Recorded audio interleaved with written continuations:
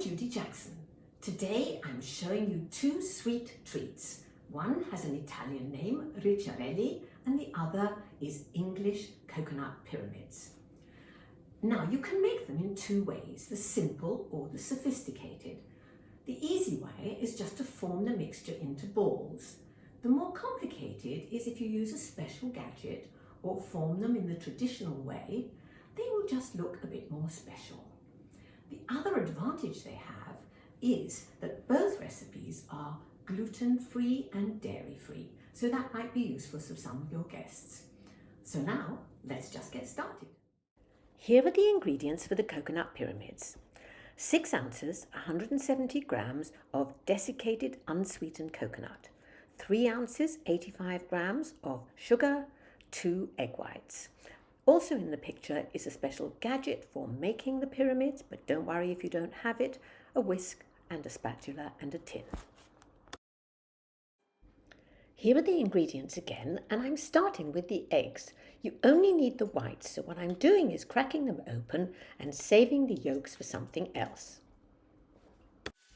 Whisk them up a little, you don't need them to be stiff.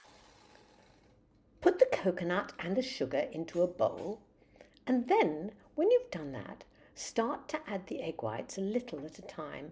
You're not going to need quite all of it, so don't just throw it all in. The mixture needs to be quite soft but not sticky or wet. When it's mixed, you're going to take a small spoonful and put it in your hand and squeeze it very tightly until you can make a ball. Now what you're trying to do is you're trying to compress it so that it won't fall about, because this coconut mixture is very soft, and if you don't squeeze it, it will just not form into a ball. But when you've done one or two, you can see how easy it is.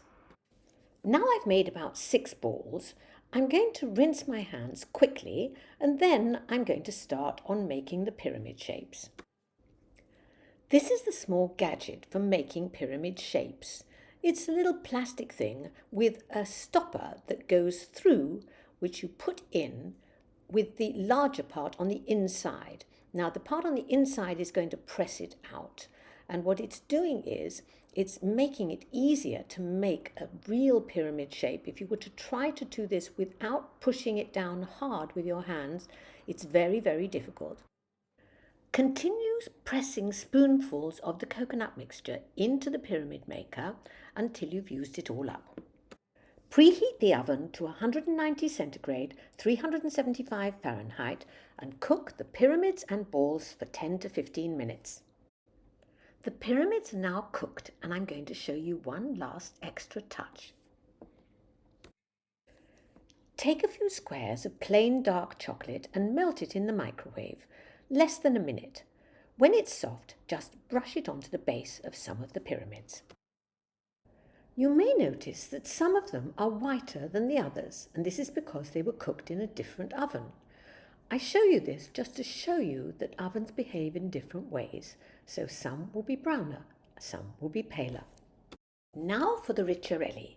For this you need 3 ounces, 85 grams of flaked almonds, 4 ounces, 112 grams of ground almonds, 3 ounces, 85 grams of sugar, 2 egg whites, plus the zest of 1 orange. The method for the Ricciarelli is exactly the same as the coconut pyramids, but here I'm using 2 kinds of almonds, flaked and ground, an orange, sugar, and the 2 egg whites. The original recipe says you should chop the flaked almonds, but I find it easier just to put them in a plastic bag and then bash them with a rolling pin. This is much easier than doing it with a knife. Whisk the egg whites till they're light.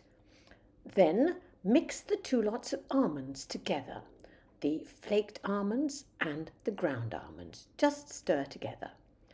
Now you want to remove the skin of the orange, and this is what's going to make it a very good flavour. I'm using something called a zester, but if you don't have a little gadget like this, you can just grate it into the sugar. Add the egg white gradually to the almond mixture. It's better to do it a little at a time, like the other one, instead of throwing it all in together. Making this mixture into balls is much easier than with the coconut, but like those, I am putting this all onto baking paper. This way you never need to put oil on a tin and they won't stick.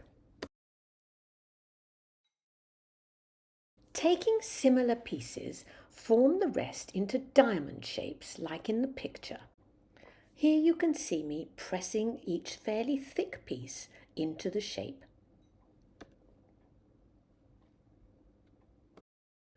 When they're cooked, they may seem a bit soft, but they harden as they cool.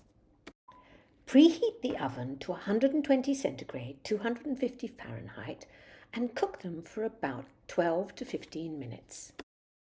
Both of these sweets keep really well. You can keep them for a few days or put them in the freezer to bring out whenever you want something special.